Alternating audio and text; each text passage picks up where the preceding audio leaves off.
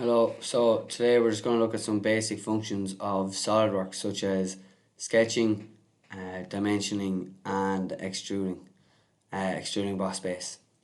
So first you're going to have a screen like this and you're going to have to select what option you want. Is it a part, assembly or drawing?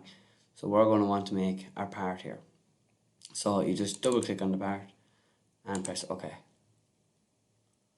So now you're going to have to select a plane to draw on. You can either have your front plane, top plane or right hand plane. So we're just going to select front plane, and this little symbol here now is called sketch. It comes up with the right underneath it. You click that and it'll bring up the front plane for you.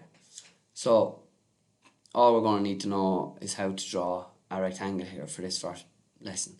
So you click on your rectangle up here. You're after already pressing sketch on your plane, so you click on your rectangle and you just go, and this means you can draw a shape on anywhere on this plane. So we're just going to click the center of this axis here, and I'll just make it any size, doesn't matter. So now we have our rectangle drawn. We'll hit the tick, and now we want to measure the size of set the size of the rectangle. So we do this by clicking this function here, Smart Dimension. This will allow us to dimension the sides of the rectangle or any shape we ever draw. So you click Smart Dimension and you just click on the side and drag it out a bit. It says 91. The measurements in millimeters. So let's just say we want it to be 100 millimeters. And just hit the tick. Now, unless you can go over here and click the tick here now, and that'll take you out of Smart Dimension, but we want to stay in it, so we're going to click this top one and measure the size of this. We're going to want to create a rectangle, so we'll go 180 maybe, and just click the tick.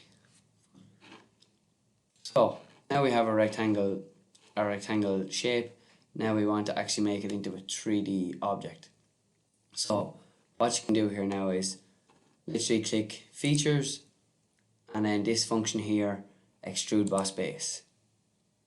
So already straight away it comes up. You can see a 3D image. You can see it's transparent. You can see your original rectangle you've drawn, and you can see that it's coming out of it. So for this instance, we're just going to click, maybe typed over here, this will be Smart Dimension, the width of it.